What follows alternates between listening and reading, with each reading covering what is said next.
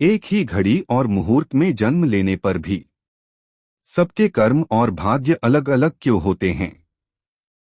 एक बार ये प्रश्न एक राजा के मन में आया और उसने कुछ विद्वान ज्योतिषियों और महात्माओं सभा बुलाई और उनसे ये प्रश्न किया।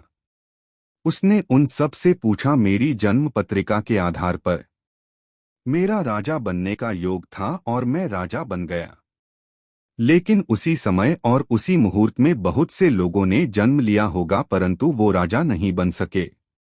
इसका क्या कारण है? महात्माओं राजा के इस प्रश्न से सब सोच में पड़ गए। कुछ समय के लिए सन्नाटा छा गया। फिर अचानक एक वृद्ध महात्मा खड़े हुए और बोले, महाराज, आपको राज्य की सीमा से कुछ दूर घने जंगल में एक महात्मा मिलेंगे, उन्हीं से आपको इस प्रश्न का सही उत्तर प्राप्त हो सकता है। राजा के लिए इस प्रश्न के उत्तर की जिज्ञासा इतनी तीव्र थी कि उन्होंने उसी समय जंगल की ओर प्रस्थान किया। जंगल में खोजते खोजते उन्हें एक महात्मा मिले जो उस पेड़ के नीचे बैठकर उस पेड़ की पत्तियां खा रहे थे। राजा ने उस महात्मा के पास जाकर वही प्रश्न किया, किंतु महात्मा क्रोधित होकर बोले, देख नहीं रहा मूर्ख, मैं पत्तियां खाने में व्यस्त हूं। समय नहीं है मेरे पास तेरे प्रश्न के उत्तर के लिए।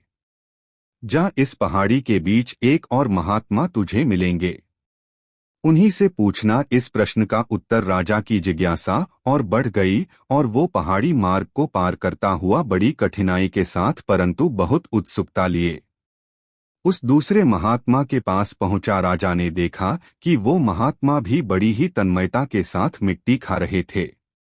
राजा ने उस महात्मा के पास जाकर वही प्रश्न किया, परंतु वो भी क्रोधित होकर बोले, मैं भूख से बेहाल हूं।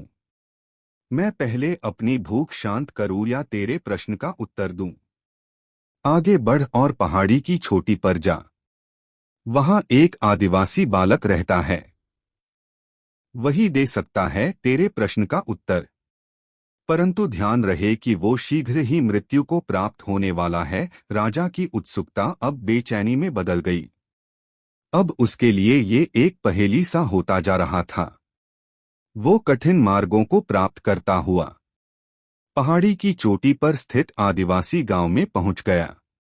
पहाड़ी की चोटी पर स्थित आदिवासी गांव में पहुंच गया जहां वो बालक रहता था। राजा ने करबद्ध होकर उस बालक के सामने अपना प्रश्न रखा।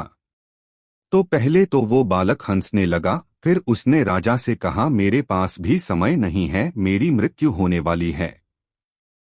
परंतु सुनो राजन अपने प्रश्न का उत्तर। मैं, तुम और वो दो महात्मा जो तुम्हें पहाड़ी मार्ग पर मिले थे, एक बार हम चारों राजकुमार भाई शिकार खेलते खेलते जंगल में बहुत दूर निकल गए थे और मार्ग भटक गए थे। हम भूख प्यास से बेहाल थे और अचानक हमें आटे की एक पोटली मिली।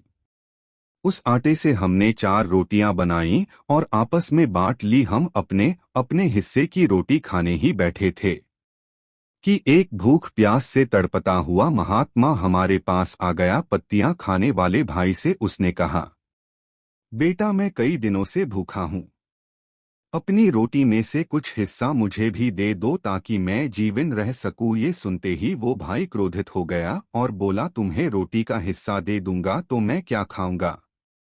नीचे गिरी हुई पत्तियां, चल भाग यहां से।